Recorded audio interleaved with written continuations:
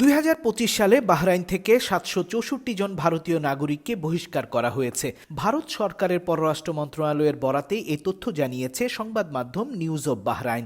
বহিষ্কারের প্রধান কারণগুলোর মধ্যে রয়েছে ভিসা বা রেসিডেন্সি পারমিটের মেয়াদ শেষ হয়ে যাওয়া, অবৈধভাবে কাজ করা, কাজের লাইসেন্স না থাকা এবং স্পন্সরের অনুমতি ছাড়া কর্মস্থল ত্যাগ করা, যাকে পলাতক হিসাবে ধরা হয়। বাহরাইনের লেবার মার্কেট অথরিটি এবং স্বরাষ্ট্র মন্ত্রণালয়ের যৌথ অভিযানে এসব অনিয়ম শনাক্ত করা হয়। দেশটির কর্তৃপক্ষ বলছে, শ্রমবাজারে শৃঙ্খলা বজায় রাখা এবং আইন মেনে চলা নিশ্চিত করতেই এই অভিযান জোরদার করা হয়েছে। বিশেষজ্ঞদের মতে, বিদেশে কর্মরত শ্রমিকদের ভিসা ও আইনি কাগজপত্র নিয়মিত হালনাগাদ করলে ভবিষ্যতে এমন বহিষ্কারের সংখ্যা কমতে পারে। ভারতীয়দের এমন বহিষ্কারের ঘটনার কারণ জেনে তাতে সতর্ক থেকে কার্যকর পদক্ষেপ নিতে হবে বাংলাদেশের কর্মী শ্রমিকদের।